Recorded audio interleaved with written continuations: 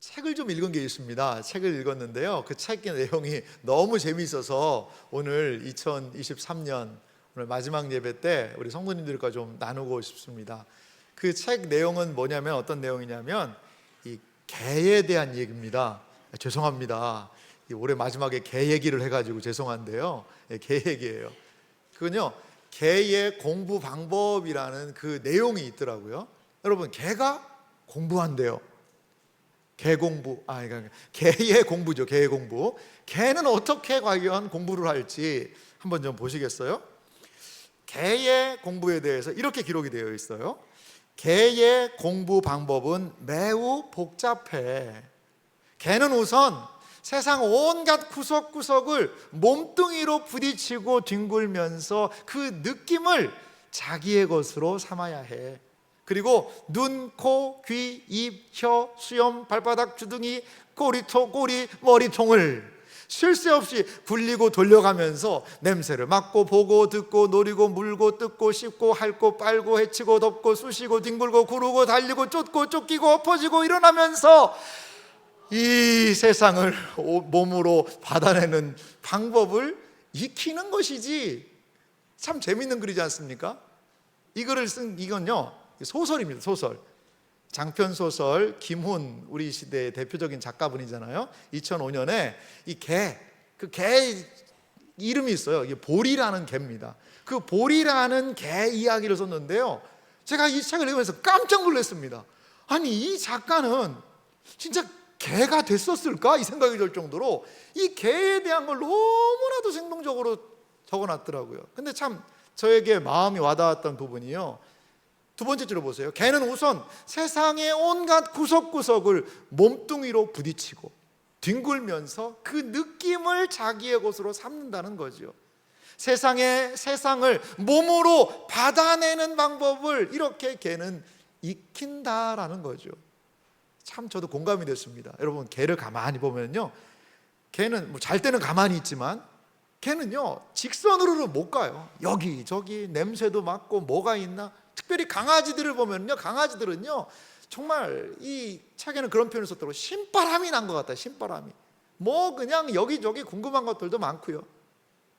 저는 온몸으로 뒹굴고 부딪히면서 몸뚱이로 그 느낌을 자신의 것으로 삼는 이 개의 모습을 가만히 생각하면서 생각나는 사람이 있었어요.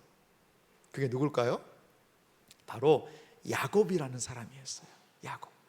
야곱의 삶을 가만히 살펴보면은요, 야곱은 자신의 몸을요 세상에 던져요. 그리고 몸으로요 부딪힙니다. 장자가 아닌 간발의 차자가 되었어요. 그 차자라는 핸디캡을 극복하기 위해서요 고심하며 기회를 엿보고요 치열한 경쟁 속에서 살아갔던 인물, 이게 바로 야곱입니다. 그 당시의 보편적인 질서, 장자에게 하나님의 복이 임한다라는 통념을 뒤집어 버리기 위해서 그는 노력합니다. 그리고요 여러분, 하나님 앞에서 인간이 할 일은 무엇입니까?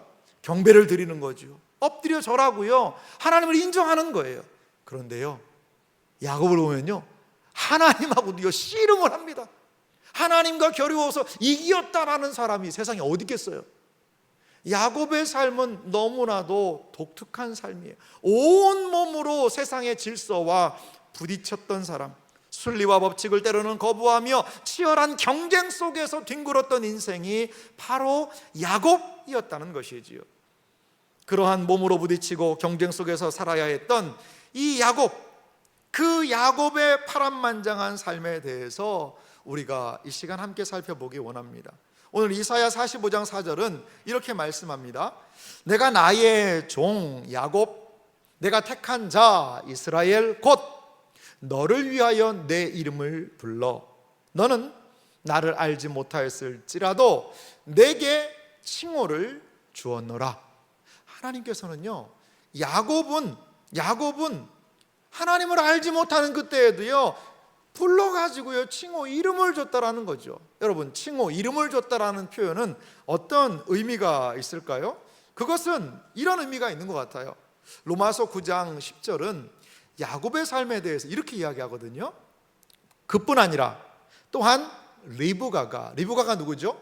야곱의 엄마입니다. 리브가가 우리 조상 이삭 한 사람으로 말미암아 임신하였는데 11절 그 자식들이 아직 나지도 아니하고 무슨 선이나 악을 행하지 아니한 때에 택하심을 따라 되는 하나님의 뜻이 행위로 말미암지 않고 오직 부르시는 이로 말미암아 서게 하려 하사. 자, 이거 보세요. 하나님이 야곱의 삶을 어떻게 했다는 거죠? 내가 내 이름을 불렀다라는 표현은 바로 택하심을 따라, 하나님이 야곱을요 택하셨다라는 거죠. 이름을 불러주셨고 야곱을 택해 주셨다라는 겁니다. 여러분, 우리는 이렇게 생각합니다. 하나님이 나 선택해 주시면 좋겠네, 하나님이 나 선택해 주시면 모든 것들이 다 해결되고 문제 끝이 아닐까라고 생각을 합니다. 과연 그럴까요? 야곱을 하나님이 이렇게 불러주셨어요. 선택하셨습니다. 그런데요, 야곱은요 정말 파란만장한 삶을 삽니다.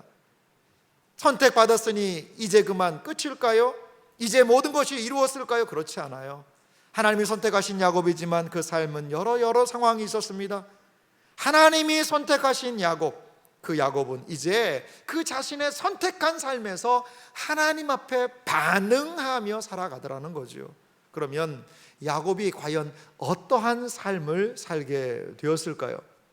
여러분들에게 나누어 드린 이 책자를 한번 보시겠어요? 책자를 보면 앞쪽의 페이지에 2페이지, 3페이지 기도 제목 란 넘겨보면 목차가 있습니다. 목차를 보면 제가 이번 특세 5주이기도 하고요.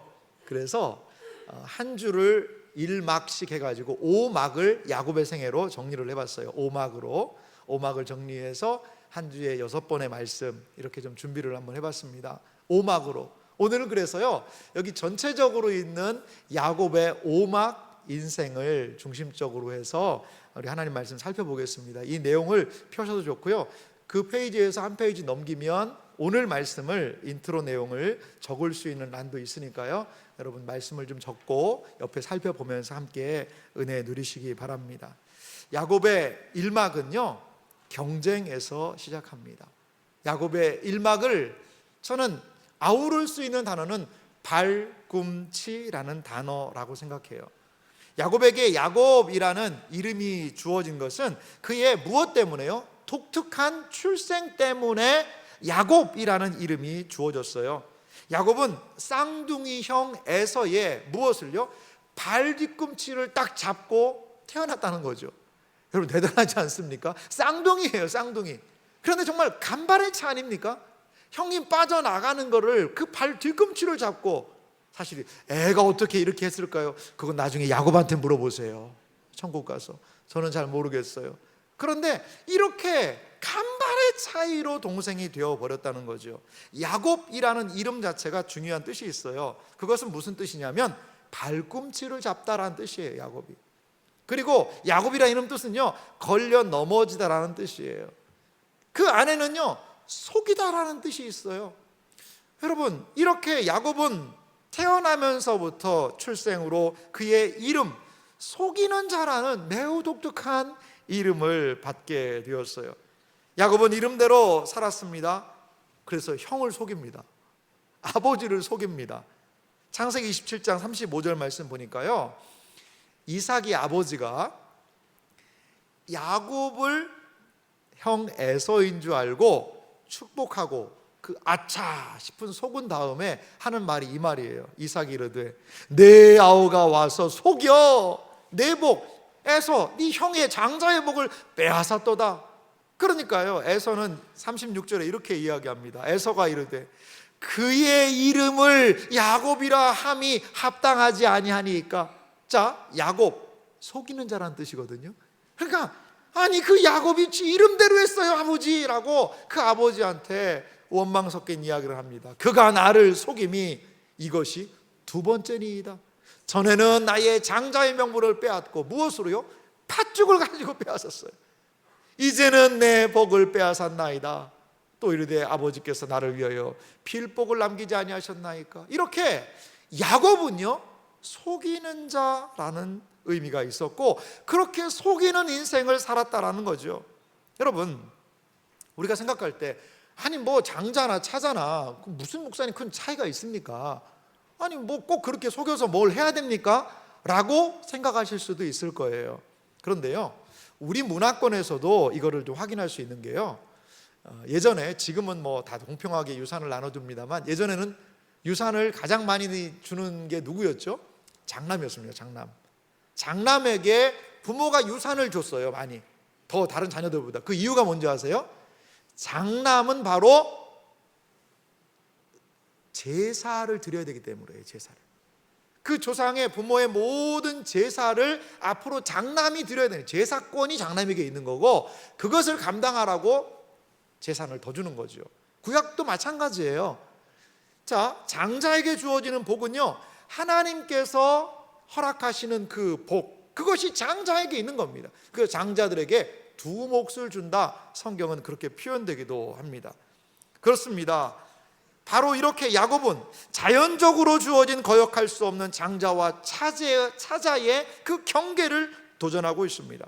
그 질서를 새롭게 만들고자 경쟁하고 있는 것이죠. 속여서라도 그 명분을 빼앗고 싶은 겁니다. 하지만 그 속임의 대가는 매우 컸습니다. 야곱은 속임의 대가로요, 밧단 아람이라는 어머니의 친정으로요, 약 700여 킬로가 되는 먼 거리로 도망을 가게 돼요. 그러면서 어머니와 이별을 했거든요. 근데요, 그게 어머니를 마지막 볶는 일이었어요. 이제 리브가는요, 그 자신의 자녀 야곱이 사랑하는 아들이 멀리 떠나 있는 것, 그 다음에 보지 못하고 죽게 됩니다. 그렇습니다. 잘못을 하고 속이면요, 분명히 도망가게 돼야 되고 대가를 지불하게 되더라는 거지요. 이렇게 야곱의 일막은 속임으로, 그 가정 안에서의 속임으로 진행이 됩니다. 그런데 이 막은요, 그 범위가 더 넓어지는 것을 볼 수 있습니다. 이 막의 핵심 단어를 저는 20년이라고 잡아봤어요. 20년. 바로 무엇입니까? 부모의 집에서 멀리 도망치듯 도망하여서 그에서 형의 눈치를 피해서, 형의 복수를 피해서 멀리 외삼촌의 집으로 도망갔던 기간이 20년이었다는 거죠. 이 모든 성경의 내용들은 창세기에 기록이 되어 있지요. 야곱은요, 형 에서의 분노를 피해 외삼촌이 살고 있는 밧단 아람으로 갑니다. 거기서 20년의 세월을 보내요. 두 아내를 얻고 가정을 이루기 위해 14년, 그리고 자신의 재산을 모으기 위해 6년이라는 시간을 밧단 아람에서 보내게 됩니다. 자, 야곱이 어떤 사람입니까? 형을 속여서, 아버지를 속여서 장자권을 뺏은 그러한 사람이에요. 하지만요, 외삼촌 라반, 만만한 사람이 아닙니다. 라반에게 정말 죽을 고생도 하고요, 이 야곱이요, 속게 돼요. 창세기 29장 25절 보니까요, 이러한 사건이 등장을 합니다. 이것은 야곱이 7년간 일을 하고 이제 결혼하는 장면이에요. 결혼하는 장면인데 이런 기록이 있어요. 보십시다.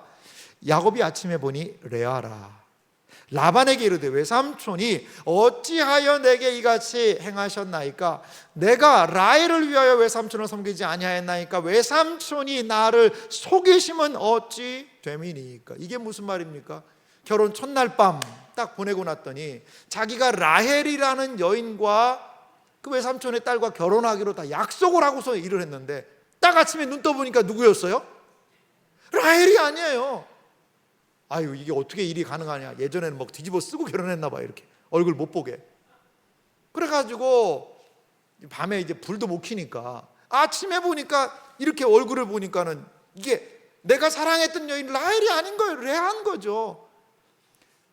자, 외삼촌 뭐라고 한 줄 아세요? 26절에 이렇게 말합니다. 라반이 이르되 언니보다 아우를 먼저 주는 것은 우리 지방에서 아니하는 바이라.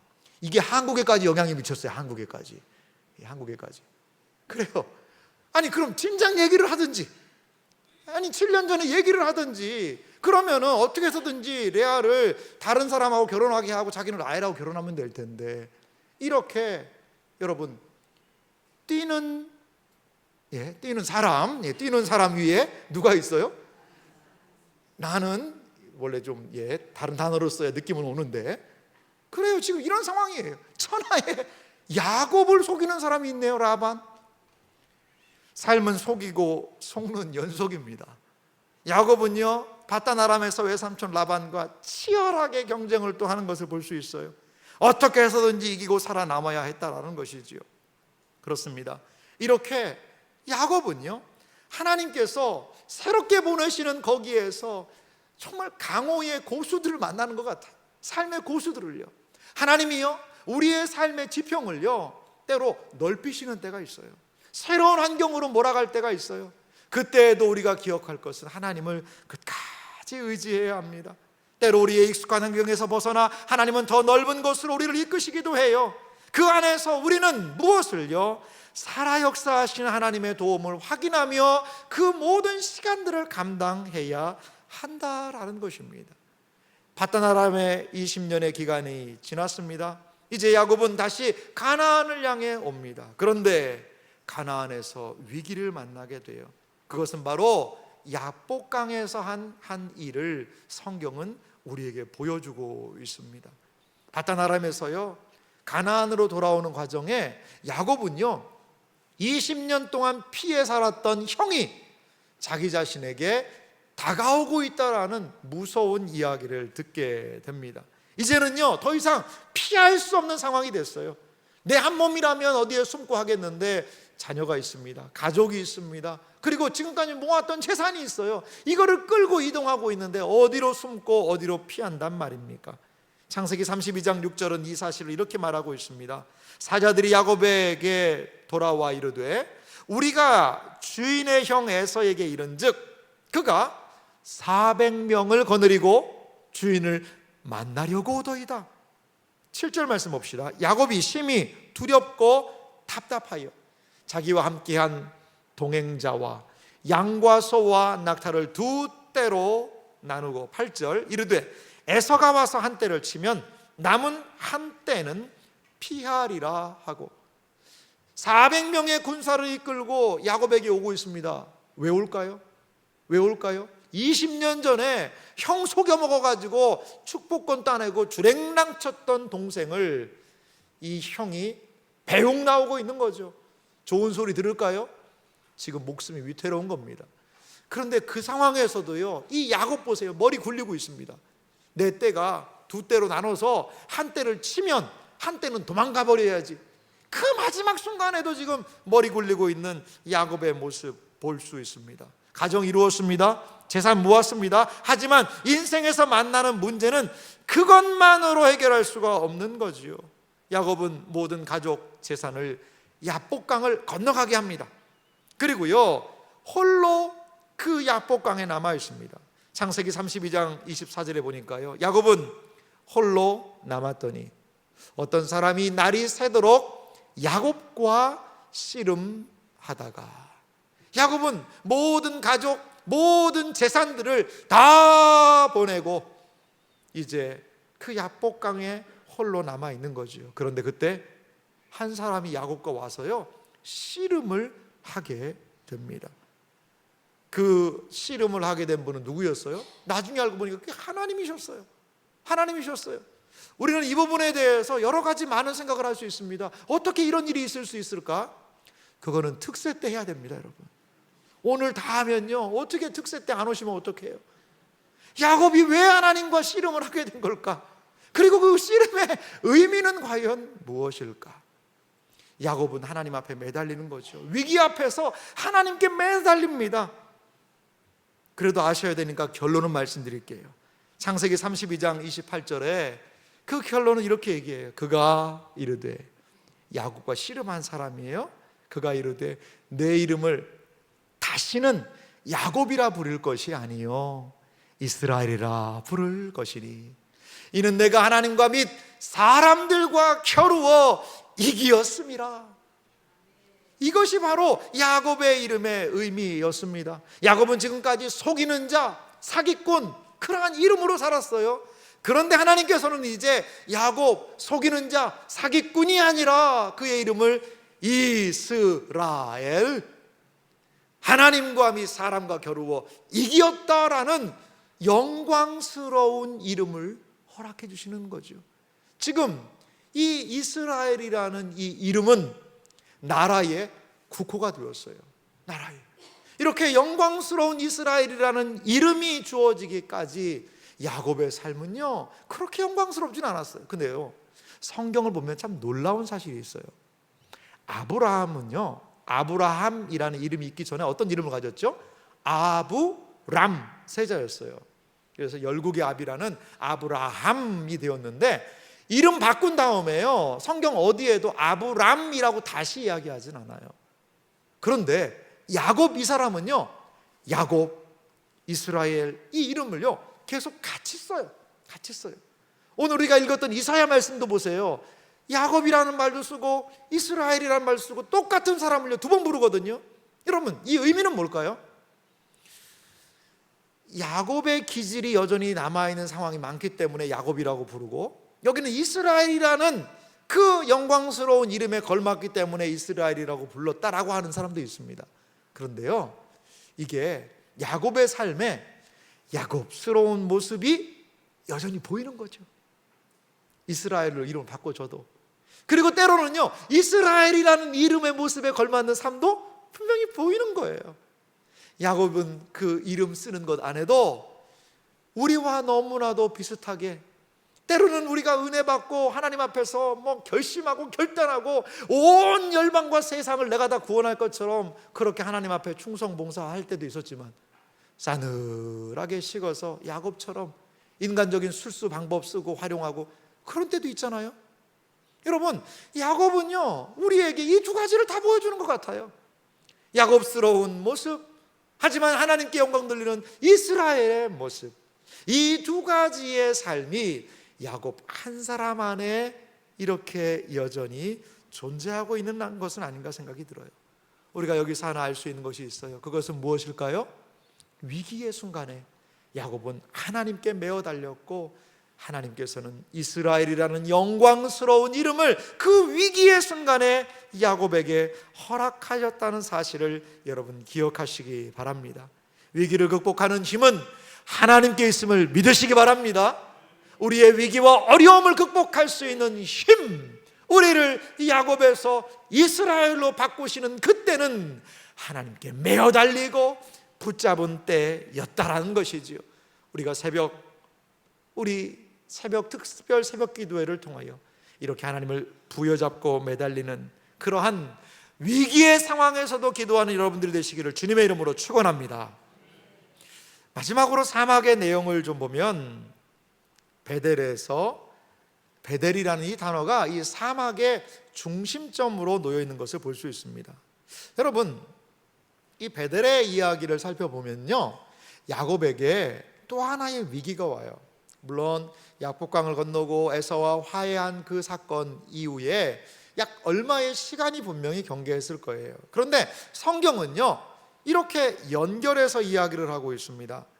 삶의 위기는요 한 번만 오진 않아요.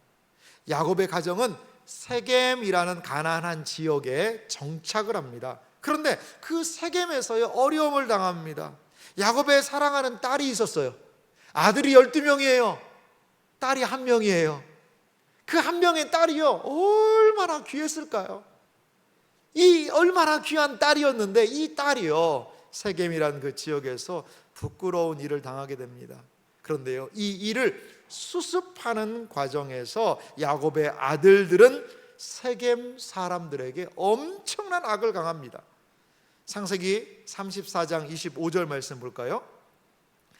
제3일에 이것은요 세겜 사람들과 이제 이 야곱의 자손들이 서로 결혼을 하자라는 그 조약을 맺기 위해 세겜 사람들에게 할례를 시행을 했습니다.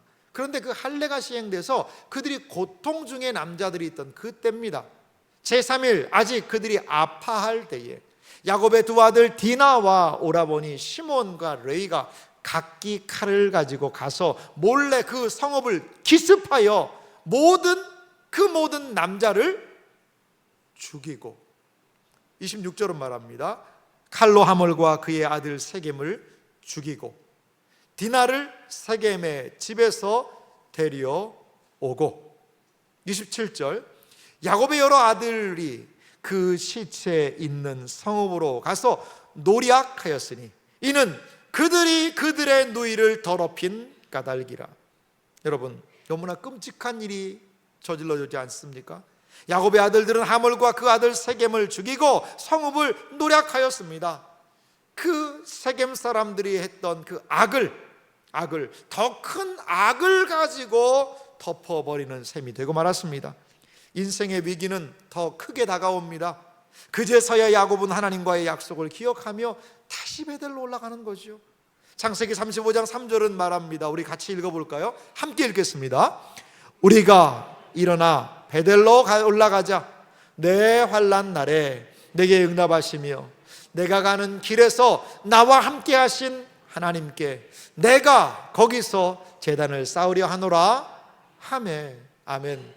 이 어려움 속에서 다시 야곱은요, 하나님이 나를 첫 번째로 바단 아람으로 가는 길에 만나주셨던 그 은혜 받았던 그 베델로 다시 올라가게 됩니다. 인생의 위기를 만났을 때 다시 돌아가야 할 곳은 하나님의 은혜의 자리인 줄 믿으시기 바랍니다. 다시 시작할 힘이 하나님 안에 있습니다. 야곱은 다시 베델의 하나님을 만나고 하나님, 이스라엘의 하나님을 그 베델에서 외치게 되는 거죠. 우리가 만난 삶의 여러 상황에서 우리는 야곱처럼 다시 베델로, 다시 은혜의 장소로, 다시 하나님께서 은혜를 베푸시는 그곳으로 올라가야 합니다. 어려움 당하신 분 계십니까? 어려움이 끝이 없다라는 생각하시는 분이 계십니까? 올라가십시오. 어디로? 베델로. 어디로? 은혜의 자리로. 어디로? 말씀하시는 자리로 말이지요. 야곱이 거기에서 그 모든 문제의 해결을 경험했듯이 우리에게도 이렇게 역사하여 주실 줄 믿습니다. 이제 마지막 오막이 남겨져 있습니다. 오막의 인생은 이제 시간에 분명한 경과가 있어요. 야곱이 라헬을 통해 낳았던 그 사랑하는 아들 요셉이라는 아들이요, 애굽으로 팔려가는 일들이 있어요. 이 아버지 야곱은요, 그 아들이 죽은 줄만 알고 있어요. 그러한 상황입니다. 이러한 상황 속에서 야곱의 마지막 생애를 성경이 기록을 하고 있습니다.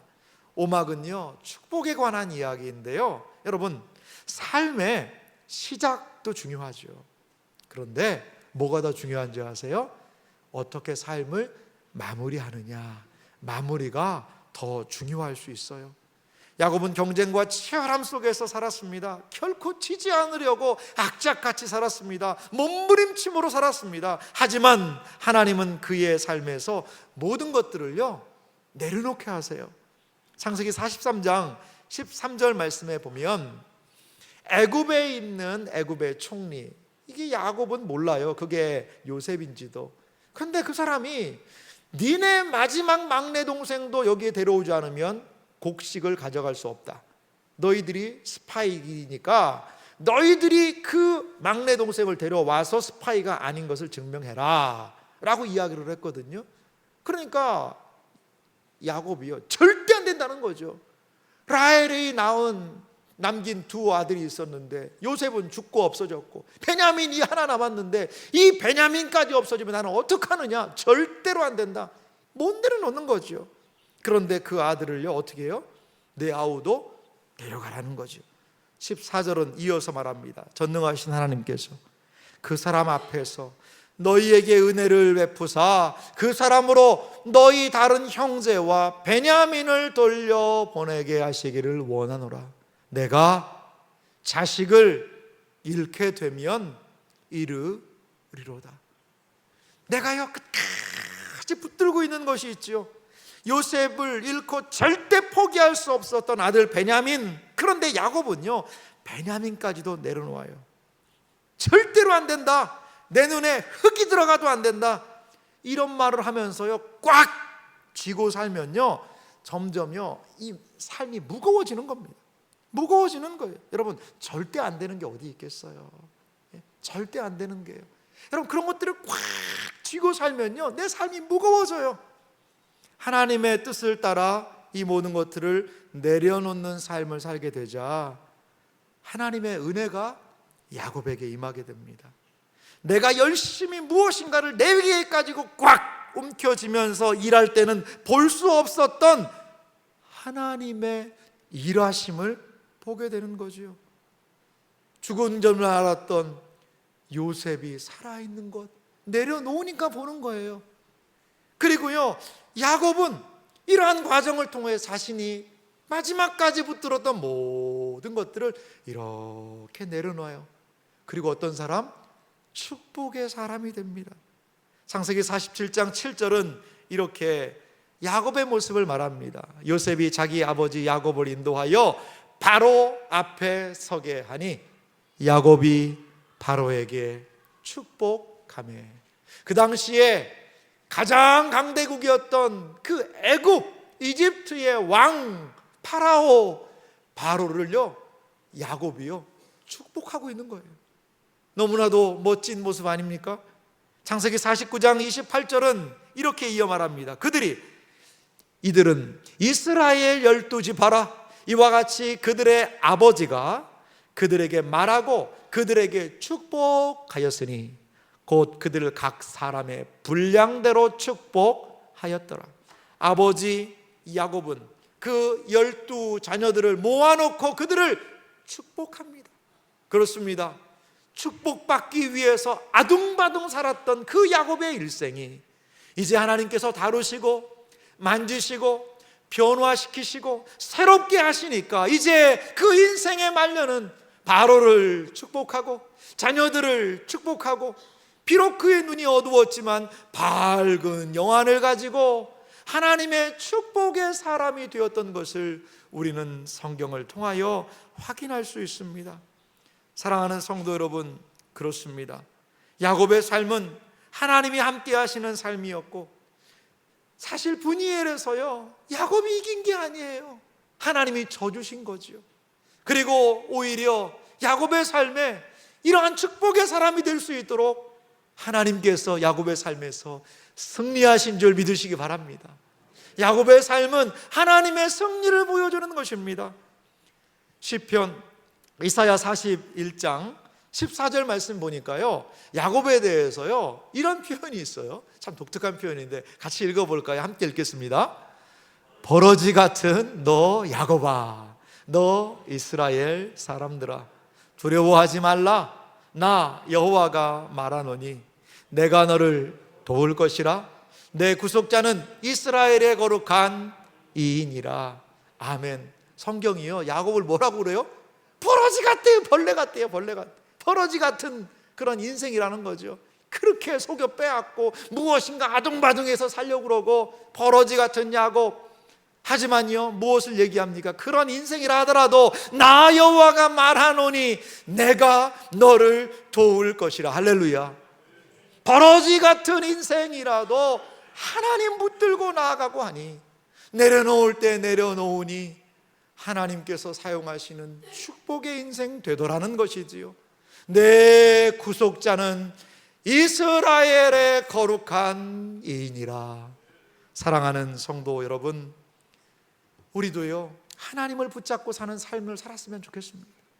하나님을 붙잡는 인생이 되었으면 좋겠습니다. 야곱이라는 이 사람 우리가 볼 때 너무나도 인간적이에요. 어떤 사람은 그렇게 이야기합니다. 성화의 어디쯤을 걷고 있는 우리에게 야곱은 자화상과 같다. 그래요. 여러분, 에덴에서 타락한 아담과 둘째 아담이신 예수 그리스도 그 사이에 어디를 걷고 있는 것이 야곱이라고 어떤 분이 이야기하더라고요. 참 멋있는 표현이에요. 그렇습니다.